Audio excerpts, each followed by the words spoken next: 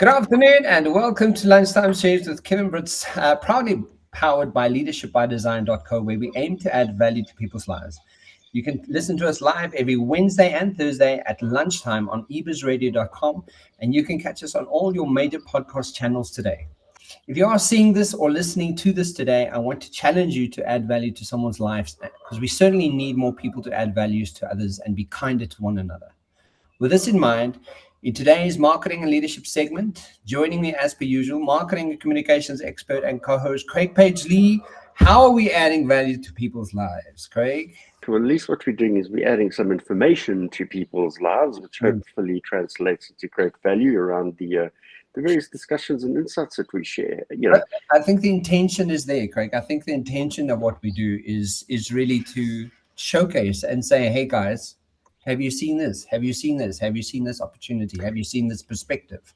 And I think today's show, when we get into the crux, the crux of the show, I think it's going to be a value-adding show. And the reason why I just want to bring that I'm going to start bringing that to people's attention is because of this wonderful war that is happening in. I use that very, very sarcastically. In Israel. And I'm just going to say one thing about it. It's purely based on the fact that, it's rooted in history, it's rooted in religion, and it's rooted in things that people read out of books or came down from your forefathers. There is no actual reason to be having war, and like. Essentially, if you look at a human and you set them down and they just had a conversation, they would see that they're actually more alike than they are different. Whether they speak a different language, a different culture, a different skin color. At the end of it, there is absolutely no reason, especially terrorism, the way that these people have violently attacked the way that they have, right? But if you go into the history of this entire country, that there's a lot wrong from both sides. Yes. And but again, it's just people just blatantly attacking Jewish people, and I'm like, I'm perturbed by it, and I'm like, it needs to change. We need to change how we see the world, and that we need to change how we actually intentionally, see each other as humans first before we coin it as something or make it something ugly, because it doesn't have to be. So let's be intentional. And yeah. Craig, so this weekend for you was a bit of a rugby one as well. Absolutely, Kevin. It's like hanging on to the end of the weekend, just waiting to see what happened with the Scotland and Ireland game. And fortunately, Ireland pitched up and played the way I'd hoped they would and knocked Scotland out, which allowed South Africa to go through. So very, very grateful for that. And looking forward to an intense game that's coming up on Sunday evening against France. And for the Springboks to remain in this tournament, every single one of their next three games, and I'm using the next three as the run-up, quarter, semis, and final. Every one of those has to be played as a World Cup final to ensure that they go through to the next stage. Yeah. Did you enjoy it? I didn't watch the rugby this weekend, but I did do a bit of I did join the Pretoria Pride. So and I think this is my point about being intentional is going to Pride again this year is such a beautiful reminder of creating space for people to be people. It's a gathering of whoever the hell you want to be in the world. And it's such a wonderful experience, and there's such happiness that and such good vibes that you experience at Pride. I don't know if you've ever been, or if you like. No, I haven't. You should do yourself a favor and just next year I'll invite you and just the experience of seeing people, push the agenda and push their own agenda to such an extreme, and yet it's a safe place for them to do that. Uh-huh. And nobody judges, like, hey, so you wear dresses, and hey, you wear a hooded mask, and you wear. It was fantastic. So I had a wonderful time at Pride. But yeah, and it's just a pity that we have another war going on in the world. So, Oh, it's so sad. It really is, Kevin. and I mean, with the rugby, it's such a good time with the rugby at the moment. It's such a celebratory kind of event happening for the world. Um, so I mean, I don't have any predictions with Craig. So I'm also looking forward to Sunday, because I know now that, because I was checking last night. Okay, so what happened and where we stand, and Yes. I looked and like, okay, cool. So South Africa's playing France, and that is going to be that is going to be the make or break of South African rugby this year. Yeah, absolutely. And the reality is France at home, Stade de France Stadium, just one of the epic platforms of rugby in Europe. It's going to be a momentous game. So yeah, bring it on, Box. So if we can do it, Yes. it's going to be pretty spectacular. Yeah. Craig, so jumping into today's show, what are the reminder points for our listeners from last week's conversation?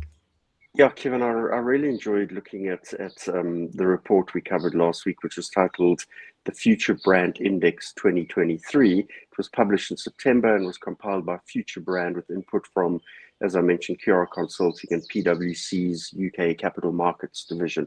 And the report addresses the topic of brand perception strength, which was calculated using 18 different brand purpose and brand experience attributes. And what's really incredible to note is the relevance that these attributes actually have, not just in respect to the brands covered in the article, but as we expanded in the conversation, in respect of our own personal brands and the brands that we work for and represent on a daily basis. So I want to quickly go through those key attributes and then look at the key questions that come with the attributes, because that really is the point of opportunity for self-reflection.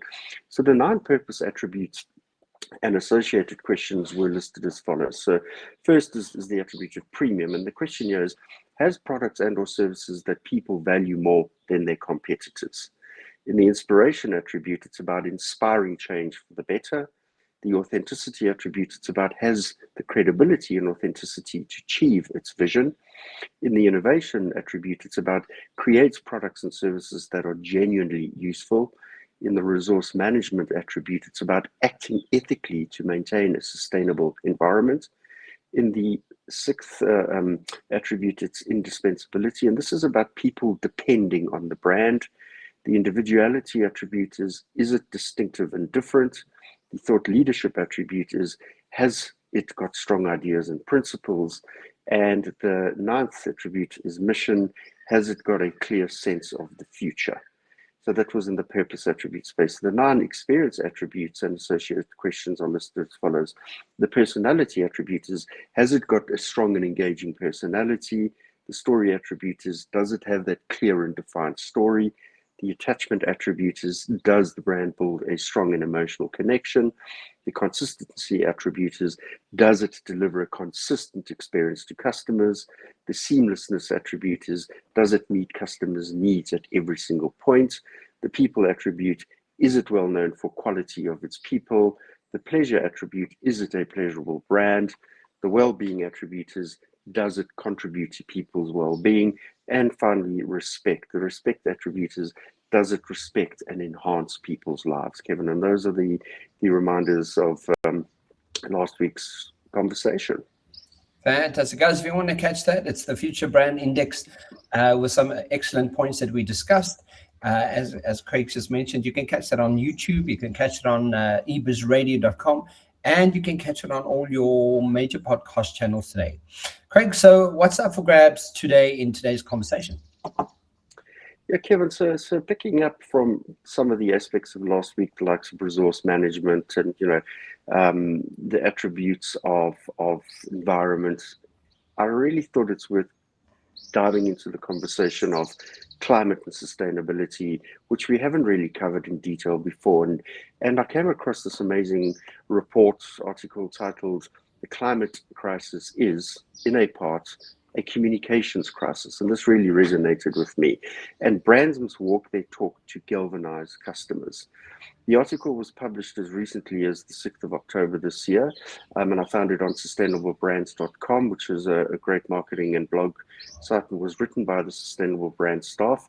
And Kevin, the article is accompanied by a report that covers a big study by Magna, Teeds, and Project Drawdown that confirms, to quote, that consumers are relying on brands to create a clear, tangible, and compelling vision backed by sustainable action to guide them towards more sustainable lifestyles. So people are looking to brands to help them move through this journey of becoming more sustainable.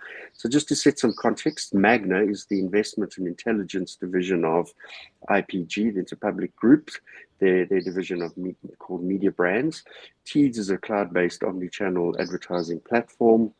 And Project Drawdown is the world's leading resource for climate solutions with a mission, to quote here again, to help the world stop climate change as quickly, safely, and equitable as possible.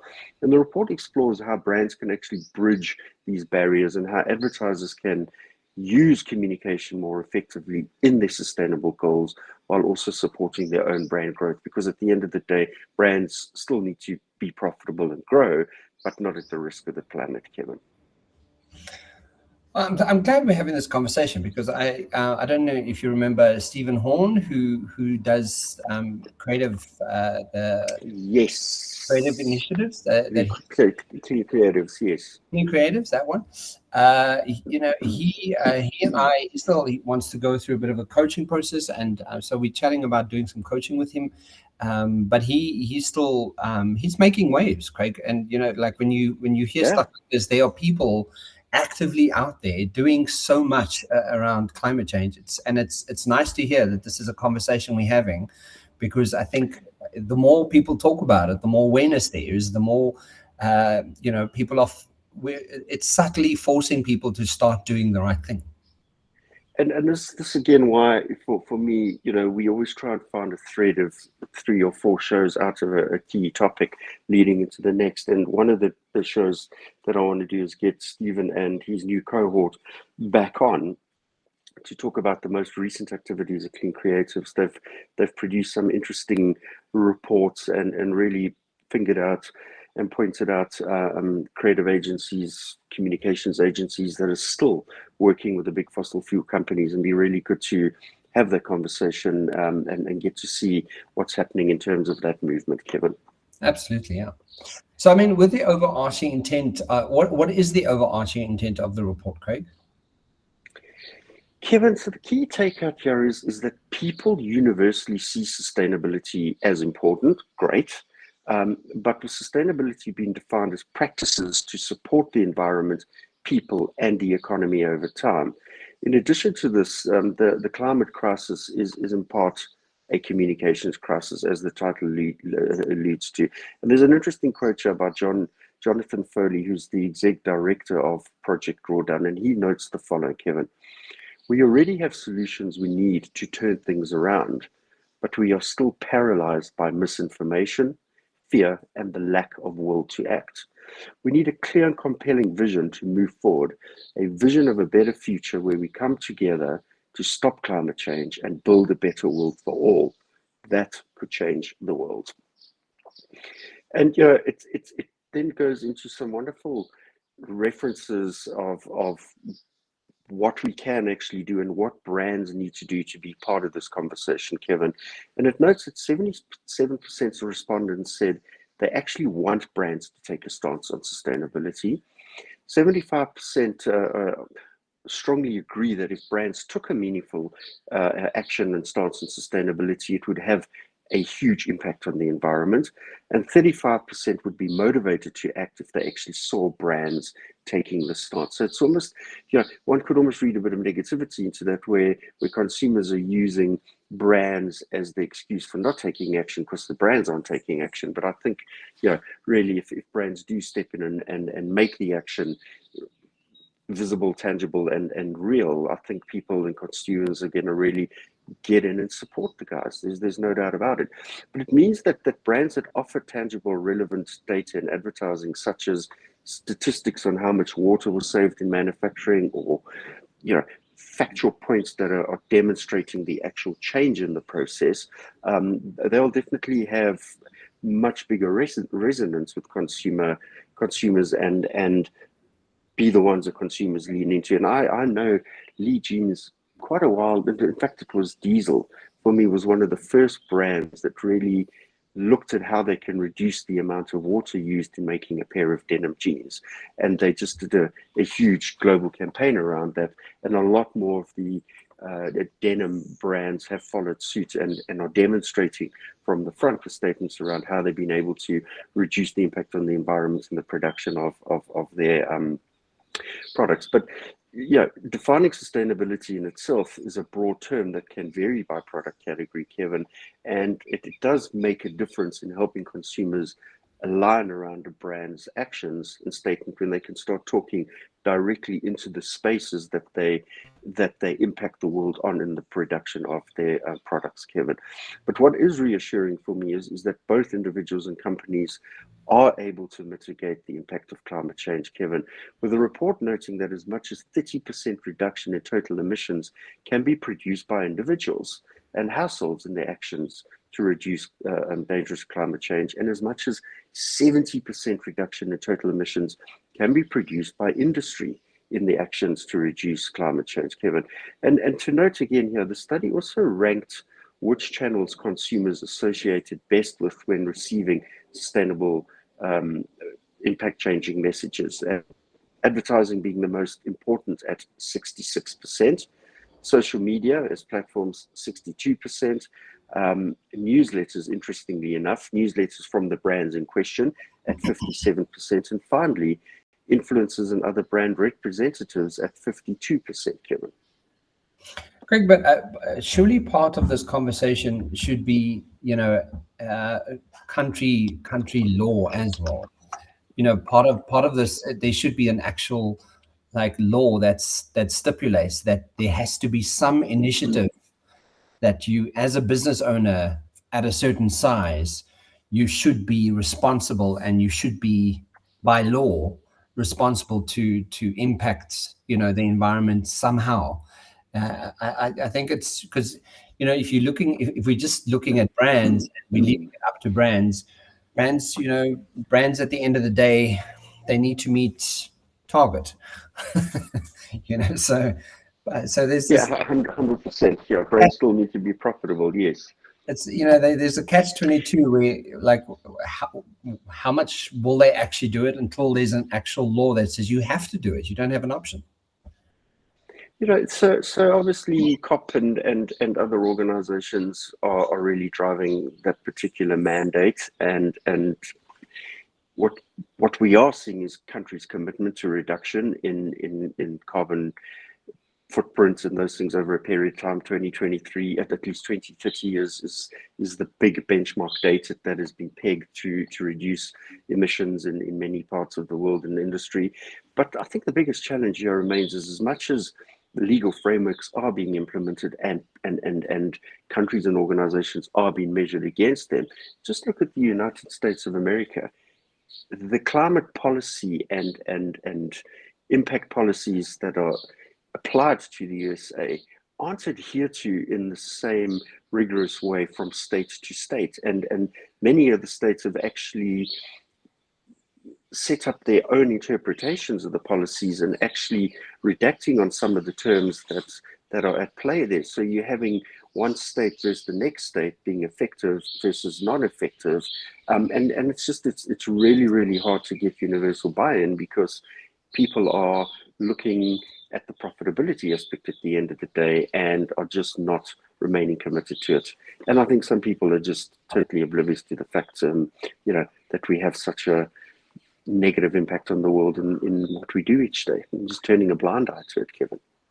And that's why, again, just going back to the intention of setting the intention for adding value to people's lives is how do we intentionally do this? And what am I responsible for, and how can I Yeah, start changing it? And have that conversation and look yourself in the mirror and kind of go, okay, if I am the head of this company, if I'm the head of a business, maybe it's just recycling and getting recycling bins. You start small, do something, but just to be oblivious and kind of go through life obliviously it's not okay anymore, and it's unacceptable. it's not, and there's intentional turning a blind eye, but there's also a hell of a lot of misconception, and people need to break through those barriers.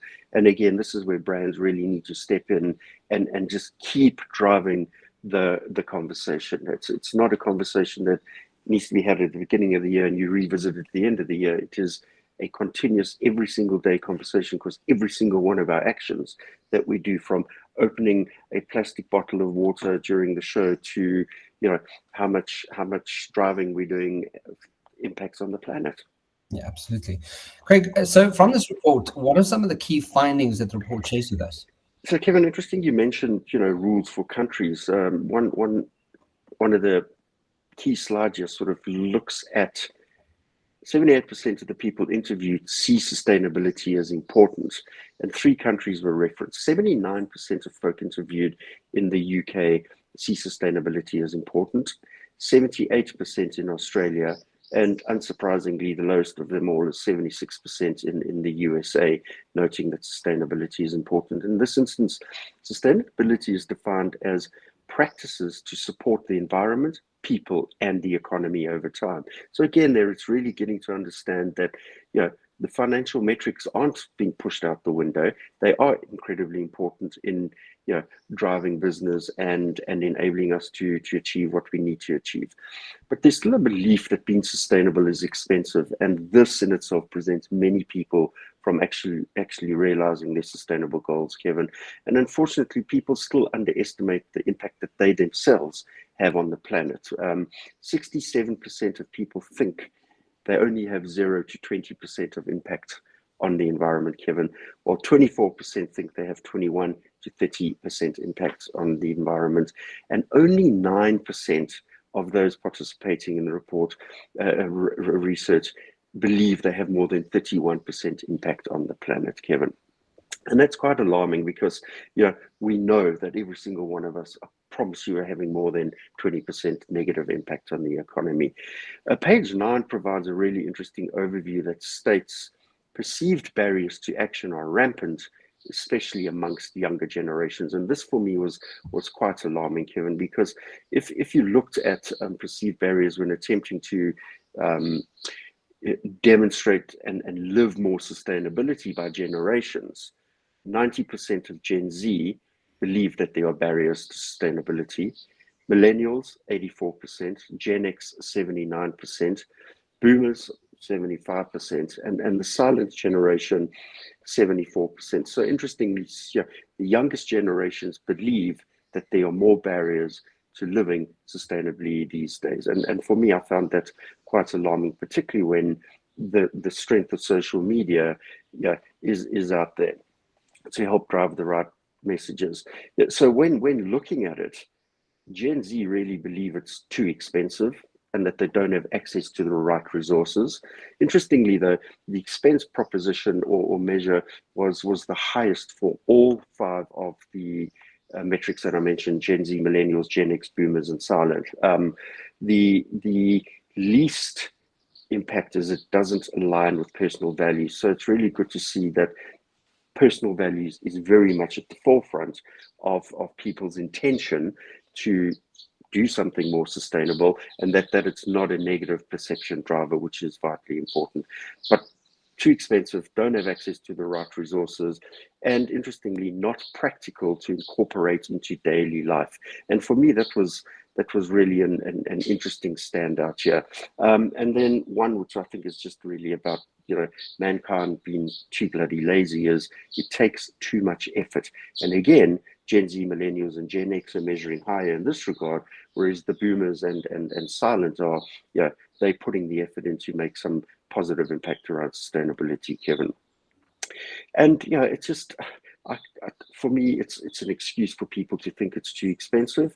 But here again, better communication can definitely help perceive, at least address these perceived barriers. And simple statements like shifting away from animal-based foods to plant-based foods, especially beef, can save consumers almost $1 trillion per year by 2050 globally. Switching from LED lighting can offer energy cost savings of up to 50 to 70% and up to 80% when paired with smart systems, Kevin. So what are brands doing to get those messages out in the correct way? And people know that the environment has been damaged, but they believe they can have an impact. 78% agree on this. Gen Z, 71%, millennials, 71%, Gen X, 69%, baby boomers, 62%, and the silent generation, 57%, believe that they can personally impact the environment positively. People are motivated to reduce the impact of the environment for many reasons, Kevin, those that do step in. 78 says to ensure the well-being of mankind now and in the future. Really great to see that sentiment coming through. 78%, it's about safeguarding the future of all children. 78% again, it's about improving or protecting personal health and well-being.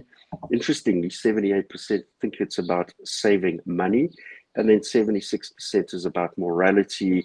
It's the right thing to do. So interesting measures there, but really good to see that thinking about the well-being of humankind and how we can actually safeguard the future for our children there, Kevin. Yeah, Craig, what's interesting, when we just look at some of the Gen Z stats that come with this, right? And yes, within the next 10 years, some of them are going to be decision makers. And I think that's what's going to make a big turnaround to, this kind of report.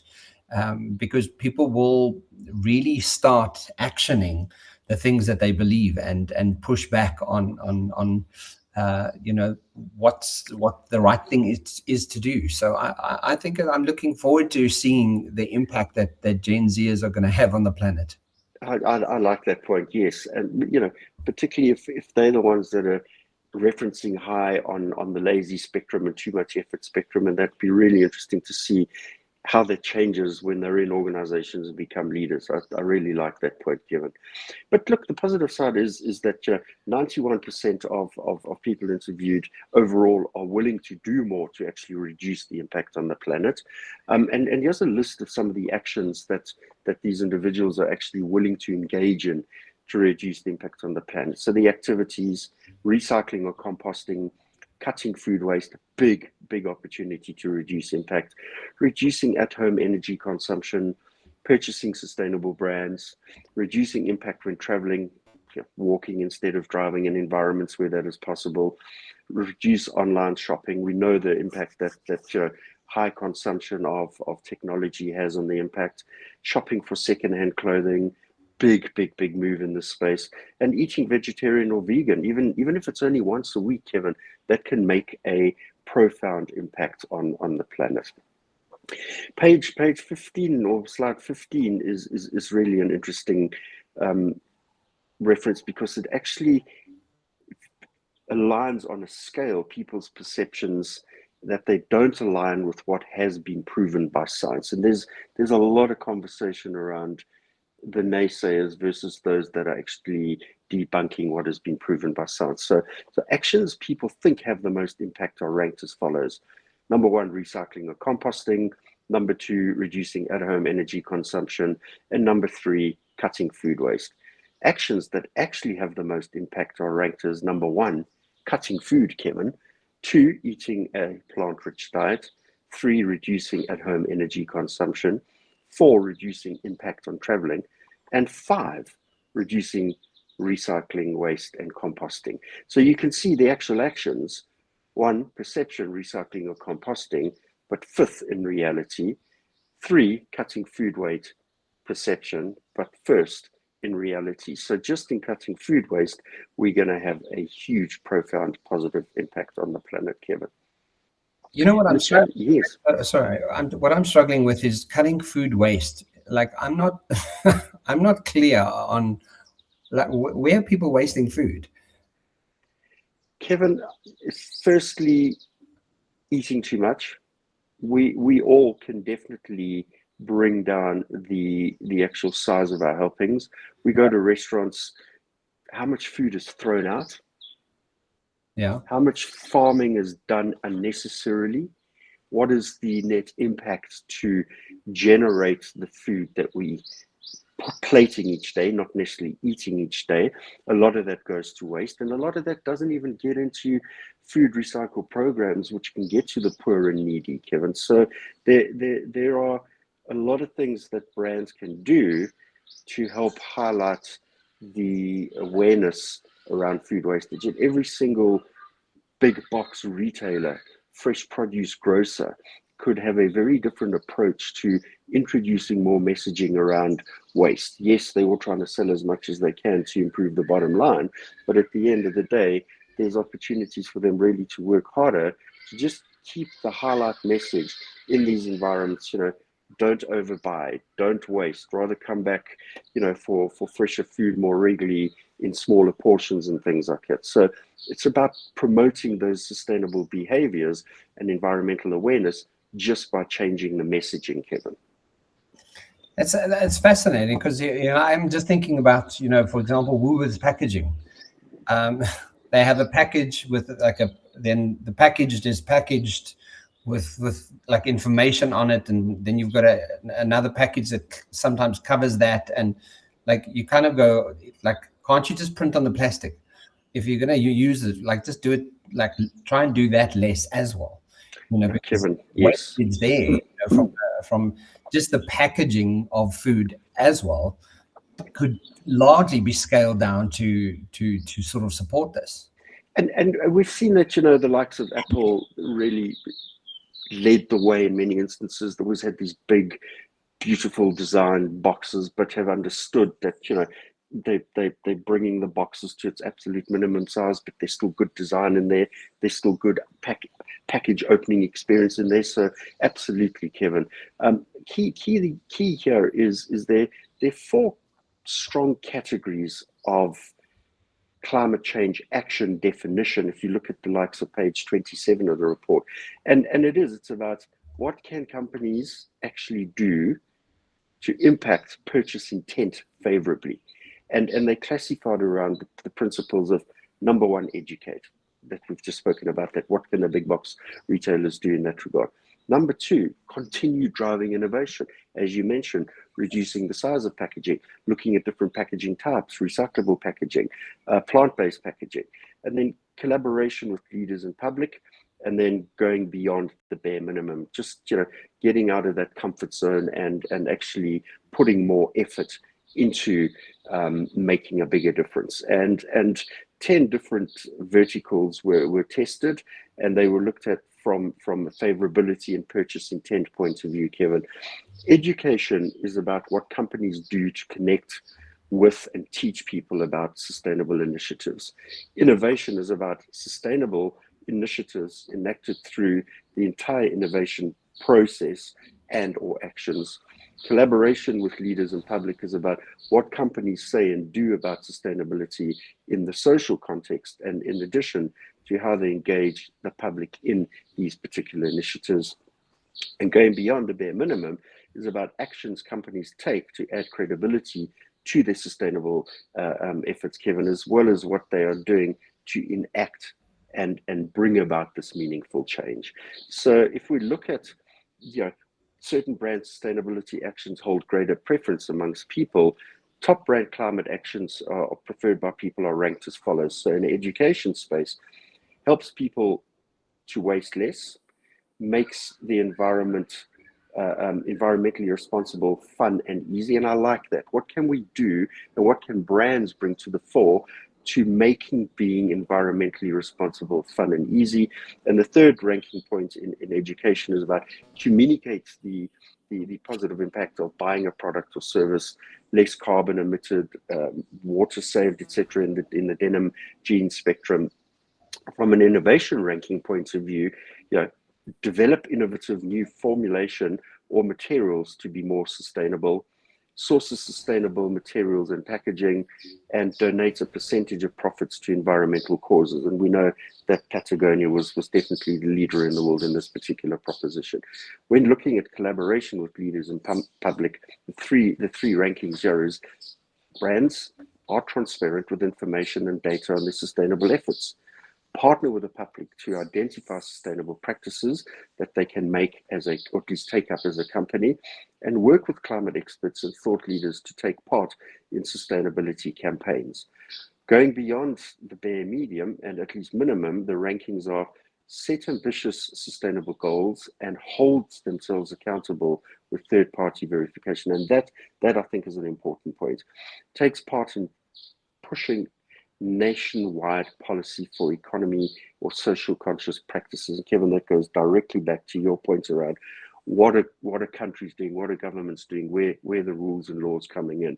And then the third ranking there is obtain sustainability certifications such as the B Corp cert and science-based target initiatives. So, there are three simple rankings of activity that organizations can get involved in around educating, innovating, and collaborating with leaders in public and going beyond the bare minimum. And, lead from the front and walk the talk. That really is what they need to be doing.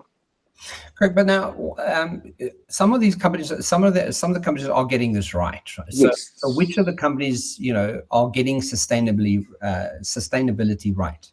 So Kevin, I think if one looks at the various verticals now, so for instance, e-commerce, there's a lot of education happening around e-commerce.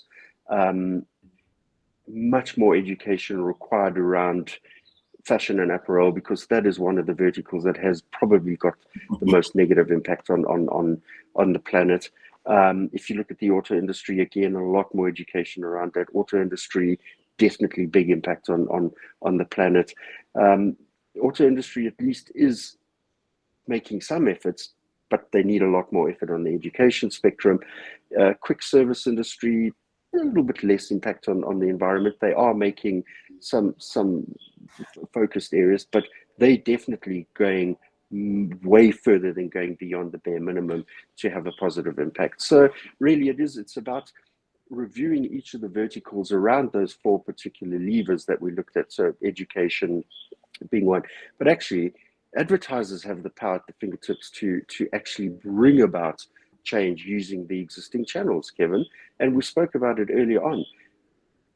Influencers. Advertisers can use influencers to drive change. Brands can use their newsletters to drive change. The social media accounts and platforms to drive change, and the actual advertising messaging in the marketplace to drive change. And really, all of those sit on the more important spectrum, which means that the responsibility really is there, and advertisers need to make a much bigger effort and bring about the importance of communicating sustainable messaging. So, I mean, Craig, as we end today's show, what are some of the key tongue twister. As we end today's show, what are the key takeaway points that you can share with the listeners for today's show? Kevin, the report had a good focus area, highlighting the fact that sustainable practices are good for business. And with innovation, transparency, and innovation, this is key for brands to actually strengthen their customer relationships long term. According to Nelia Brand, who's the Senior Vice President of Strategy and Insights Teams, Nelia states the following: while brands should ease customer hesitations towards adopting a sustainable lifestyle, given advertising is an optimal channel for that messaging, producers are working with their brands and partners to reduce their own digital carbon footprint, supply chain and media optimization via direct publisher relationships. So it's good to see that the cloud-based thinking and solutioning is really stepping in to try and make a difference. Going forward, in addition to managing the physical impact of advertising production, brands will benefit from focusing on two aspects that were mentioned in their messaging. First is authenticity and credibility. So with this increased awareness and scrutiny of sustainable claims and the sensitivity to greenwashing, brands must ensure both the communication teams and their content creators they partner with are well versed in confident in the validity of the claims that they're making, Kevin. The second point there was that the broader target demographics. Brands automatically limit potential impact of messaging when they make assumptions about which demographics are more easily engaged on sustainable topics. But by considering these more carefully and developing and marketing sustainable choices for all consumers, not just those that they thought to be most easily moved by sustainable claims, brands can therefore ensure broader influence and positive impact, given innovation and being more than the bare minimum have the most impact on overall effectiveness. Favorability is driven by education, connecting with and teaching people about sustainable initiatives. Education, I'm now tongue twister. Educating people and innovation work very well together to enhance favorability for most of those verticals we covered. And there are barriers that we need to resolve, especially around communication, to enable people to live more sustainably. Companies do possess incredible power to sway public perception and implement more sustainable practices. And they just really need to step in to encourage people to participate more. Kevin, not all sustainable action is created equal, and brands really need to be able to prioritize those science-backed solutions, because as we saw in the rankings changing between perception and science-backed, there's a big difference. 30% total emission reduction can be produced by individuals through household actions. 70% total emissions reduction can be produced by industry in the way they manufacture their products, Kevin. And those are the key takeaways for today. Fantastic, Craig. I love this. I love that we're bringing this conversation again back to life, and I think it's a necessary one. And I think we should, as you mentioned, get Stephen back and say, tell us what you're doing, because I know he's busy doing a lot of things. So this chat to him. Very much, because this is the perfect segue into that conversation, because what clean creators are doing at this very point in time are calling out the greenwashers, are calling out the agencies who are working with the big pollutants on the planet, and it's those advertisers. They definitely have the power to enact change using the channels they have, but we also need to see them leading from the front and making key differences to what they're producing and how they're producing. So we'll get Stephen and team onto the show next. So I literally have a quote for you around this conversation, right? Even if you never have the chance to see or touch the ocean touches you with every breath you take, every drop of water you drink, every bite you consume. Everyone, everywhere is inextricably connected to and utterly dependent upon the existence of the sea.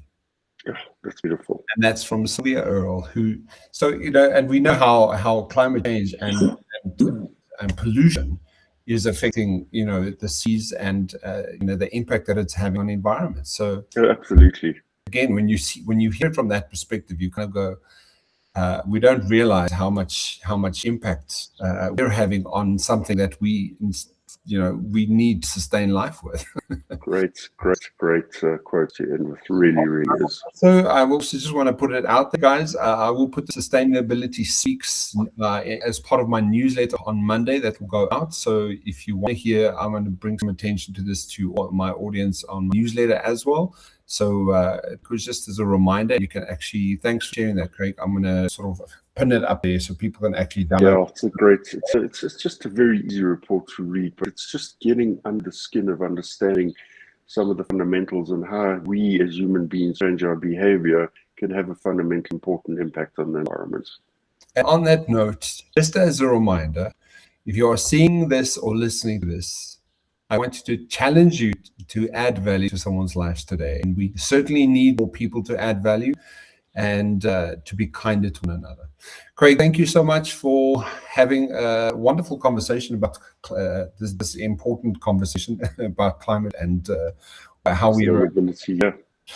And I will see you next week. Thanks for chatting. Yes, have a fantastic week ahead, Kevin. Thank you. Cheers for now. Bye.